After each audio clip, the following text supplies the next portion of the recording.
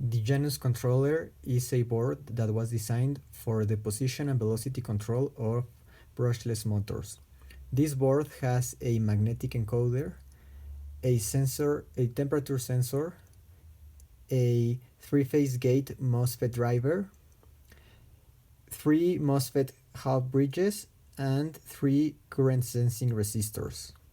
The Janus Controller doesn't have a onboard microcontroller, but rather it was made to work as a shield for an ESP32 dev kit that mounts from the back.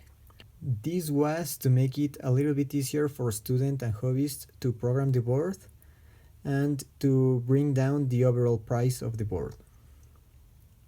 This board was SMD assembled at JLC PCBs, and in this video I'm going to show you where to solder the few remaining components, such as 2 electrolytic capacitors and a few pins.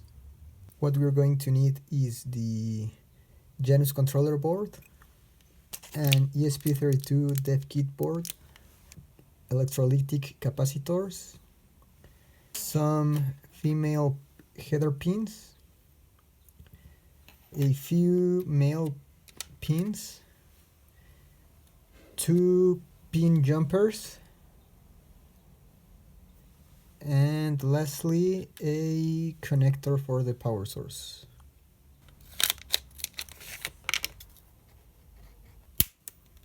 We're going to start by soldering a few female pins to the bottom of the board.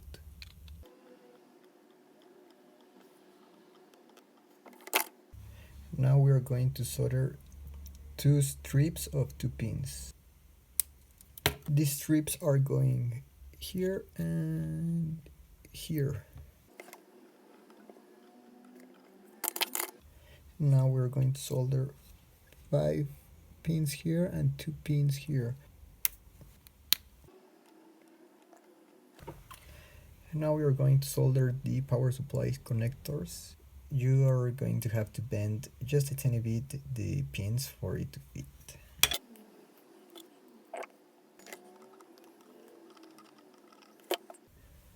Lastly, we're going to solder the electrolytic capacitors. You just have to make sure you solder them the proper way. So this means the negative strip is facing the inside, or it's facing this strip on the top. The gold strips are facing each other.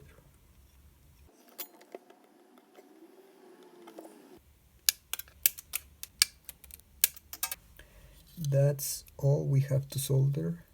Now, the jumper pins are used when you want to power the microcontroller through the V in or voltage in pin through the source voltage connector and not through the USB connector. So when you're programming it and just testing, you want this off your board, and when you are done with the programming and you want to use just your voltage source, you put these pins, these jumper pins here and right here.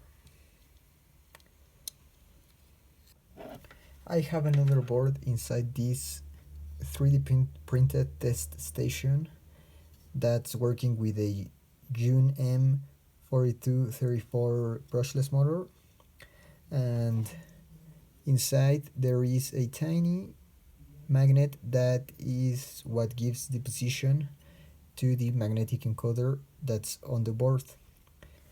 Next video I'm going to show you a demo of the test station working.